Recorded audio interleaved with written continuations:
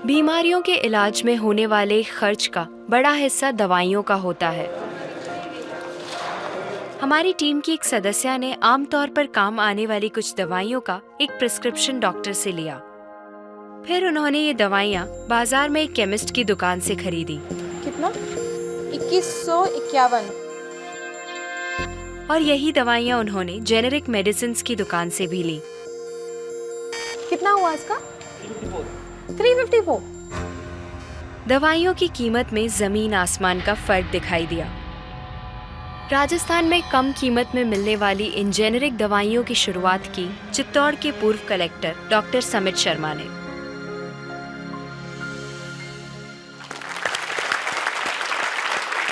Doctor समित, मुझे बताइए कि ये कैसा मुमकिन है कि हमारी जो कॉरेस्पॉन्डेंट थी वो वही दवाइयाँ उन्होंने 2000 कीमत में उनको मिली एक दुकान में, और जो जेनरिक मेडिसिन है उस दुकान में जब गई तो उनको कम में मिली, 300 में मिली। ये कैसे मुमकिन है?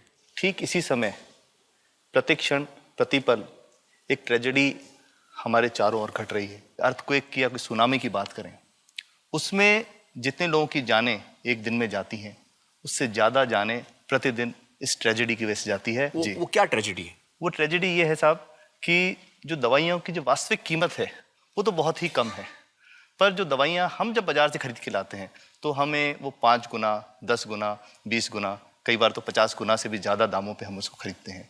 जैसे हम भारत में अगर देखें कि 40 करोड़ से ज़्यादा लोग ऐसे हैं जो अपने लिए 2 वक्त की रोटी नहीं जुटा पाते, तो क्या वो उस दवा को खरीद सकते हैं? बहुत सारे लोगों को इस वजह से दवाई नहीं मिल रही। यस, WHO कहता है कि स्वतंत्रता के 65 वर्ष पश्चात आज भी 65% of the Indian population lacks regular access to essential medicine. जो मेन दवाई हैं, जो आवश्यक दवाइयां हैं, वो उन तक नहीं पहुंच पाती रकम की वजह से। मुझे बताइए कि ये जो जेनेरिक मेडिसिन जो हम कहते हैं, अभी ये अंग्रेजी का शब्द है, इसको हिंदी में कैसे समझाएं? मैं आपको बहुत सरल भाषा में बताता हूँ। हाँ। तो ये जेनेरिक नाम जो दवा का जो मूल सॉल्ट है, जो इसके अंदर जो दवा है उसका नाम है, केमिकल नाम, उसका केमिकल नाम है। अब जैसे और उदाहरण अगर सरल करके बताएं इसको, तो जैसे ये लड़की दुबली पतली सी नजर आती है, तो मैं अगर डॉक्टर हूँ हाँ। तो मैं इसको ये कहूँ 1 गिलास दूध सुबह, 1 गिलास शाम को पिया कर। पर चिकित्सा के व्यवसाय में दुर्भाग्य से हमारे देश में ऐसा नहीं हो रहा। हम ये नहीं कहते कि आप भैंस का दूध लेके आइए, हम कहते हैं कि वो रामू की भैंस का दूध लेके आना। यही ब्रांडिंग है। ये जब उसकी दुकान पे जाती है, वो कहता है 500 रुपये लीटर है, लेना है कि नहीं लेना। तो जो 30 रुपए की चीज़ है वो 500 रुपये में मिलती है। तो अगर मैं डायबिटीज़ की दवा ले रहा हूँ और अगर मैं ब्रांडेड दवा लेता हूँ तो मुझे कितने की पड़ेगी? जैसे एक 117 रुपये में भी है, 117 रुपये में मिलती है। और अगर वही चीज़ हम उसके जेनेरिक मेडिसिन के नाम से लें तो वो कितने की बनती है? वो मात्र 1 रुपये 95 पैसे में 10 गोली मिलती है।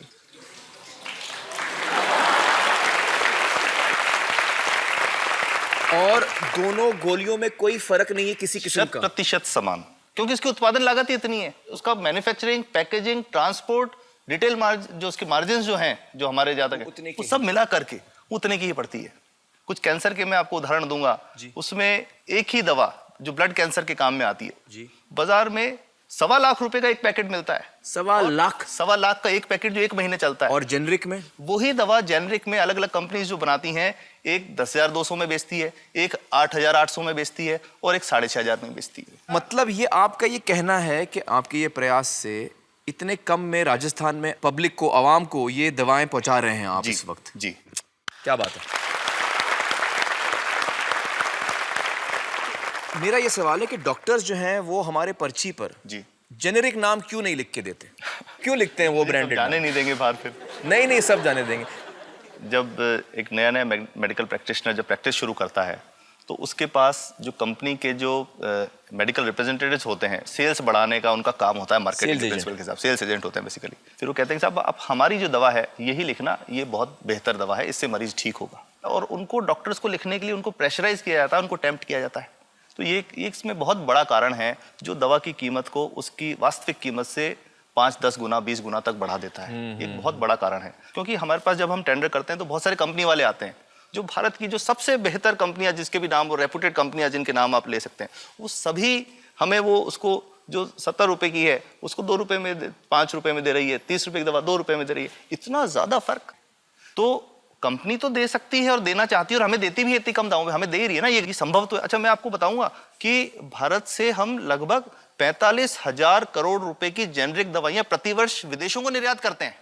आप भेजते हैं दुनिया भर में जेनरिक, ये जो सस्ती दवाएं हैं आप विश्व भर में भेजते हैं, और हमारे लोगों को नहीं मिल रही। हमारे देश में महंगी है, हमारे देश में महंगी है, और अगर ऐसा है तो हमें कोई ईस्ट इंडिया कंपनी की जरूरत नहीं, हम वापस उसी दिशा में जा रहे हैं। आपने जब ये शुरू किया तो आपको कोई रेजिस्टेंस फेस करना पड़ा राजस्थान में? देखिए, जो प्रयास हम कर रहे हैं ये बेसिकली धारा के विपरीत बहने का एक प्रयास है जी। काफ़ी थ्रेट्स भी हैं, क्योंकि इसमें माफियाज भी हैं, ड्रग माफियाज जो ऑपरेट करते हैं, और हम हमेशा ये बात कहते हैं कि हम 100 साल से भी पुरानी शोषण की व्यवस्था को बदलना चाहते हैं, पर हमने हमेशा डॉक्टर्स को दोषी नहीं माना। जी। सारे डॉक्टर्स बुरे नहीं है, 50-60% तो जेन्युइनली वो चाहेंगे कि गरीबों को कम कीमत पे दवा मिल जाए, वो चाहेंगे। और आज भी ऐसे डॉक्टर्स हैं जो अपने घर से सैंपल्स ला करके अपने जेब से पैसे निकाल के मरीज का इलाज कराते हैं, ऐसे डॉक्टर्स आज भी हैं। बिल्कुल सही। तो मैं इनको एक उदाहरण भी बताता हूँ कि कैसे हमारे जो काम वाली थी उसका बच्चा था छोटा, इंसिडेंटली हम कोई समय छुट्टी मनाने कोई बाहर गए, जब हम लौट के आए 10-12 दिन बाद, तो वो लक्ष्मी के साथ उसका छोटा जो बेटा था राजू, वो भी उसके साथ आता था जब, और मेरे बच्चों के साथ खेलता था, मेरे बेटे के साथ खेलता था। तो वो लक्ष्मी अकेली ही आई, राजू नहीं आया। तो हमने पूछा कि क्या हुआ, तो उसने जो बात बताई कि साहब वो उसको, आप गए थे, उल्टी दस्त हो गया था। उल्टी दस्त की बीमारी के लिए वो जब दवा लेने गई तो केमिस्ट ने उसको कहा कि इसके तो 400 रुपये लगेंगे। तो उसने कहा साहब मैंने खूब मांगा, मेरे पास 400 रुपये मुझे नहीं थे, और मेरा बच्चा रात को ही उसको दस्त आते रहे, वो ख़त्म हो गया। और मैं आपको ये कहना चाहता हूँ कि वो जो दवा लिखी थी कि वास्तव कीमत 1.5-2 रुपये ही है, तो वो बच्चे की जान बच सकती थी। 65 वर्ष के बाद भी अगर कोई बच्चा उल्टी दस्त से मर जाए तो मैं नहीं समझता इससे शर्मनाक बात कोई हम लोगों के लिए हो सकती है।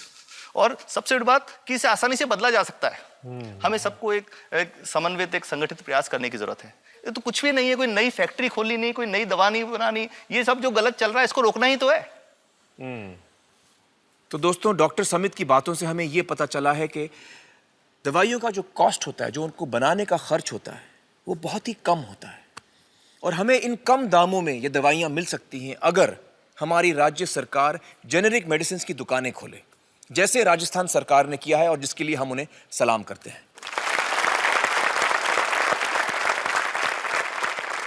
एक बात और, अगर आप एक एनजीओ हैं और आप जेनेरिक मेडिसिन की दुकान खोलना चाहते हैं तो department of chemicals and fertilisers आपको 50,000 रुपए की ग्रांट भी देता है।